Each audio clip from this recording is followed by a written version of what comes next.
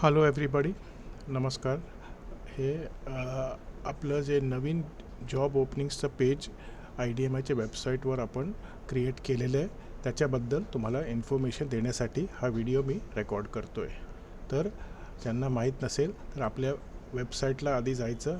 Home पेजला तुम्ही गेलात की ट्रेनिंग/कोर्सेस ऑप्शनमध्ये तुम्हाला जॉब ओपनिंग्स म्हणून लिंक मिळेल. त्या लिंकवर तुम्ही क्लिक केलं तर आता आपले जे करंट ओपनिंग्ज आहेत सगळ्यांचे डिटेल तुम्हाला इकडे दिसतात. तर कुठलाही एक ओपनिंगला तुम्हाला जर अप्लाय करायचं असेल, फॉर एक्झाम्पल इकडे आहे, तर अप्लाय नाववर क्लिक करायचं. क्लिक केलं की त्या जॉबबद्दलचे डिटेल्स, ते JD म्हणजे जॉब डिस्क्रिप्शन, म्हणजे जॉबबद्दल माहिती, ते ओपन होईल पेज. तर JD78, आता वेगवेगळे जॉब्स आहेत, प्रत्येक जॉब डिस्क्रिप्शनला एक नंबर दिलेला आहे. तर नाहीतर कसं कळणार की कुठल्या जॉबसाठी तुम्ही अप्लाय करतायत.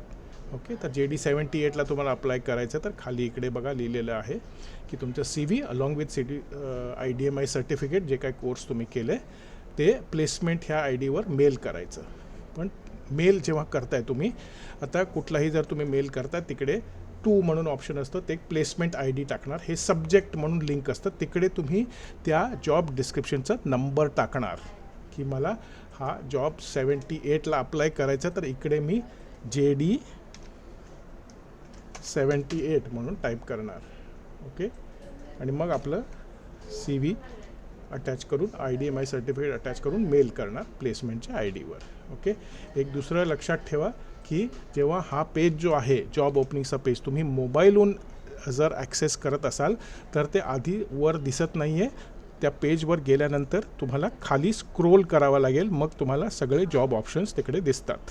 ओके, काहीही डाऊट असेल तर तुम्ही वेबसाईटवर जाऊन तुम्ही क्लॅरिफाय करू शकता. आणि मला कॉल किंवा व्हॉट्सॲप करायचं नाही. तुमचे जे ॲप्लिकेशन्स आहेत ते नुसतं ईमेलनी प्लेसमेंटच्या ID वर पाठवायचं आहे. Okay, thank you.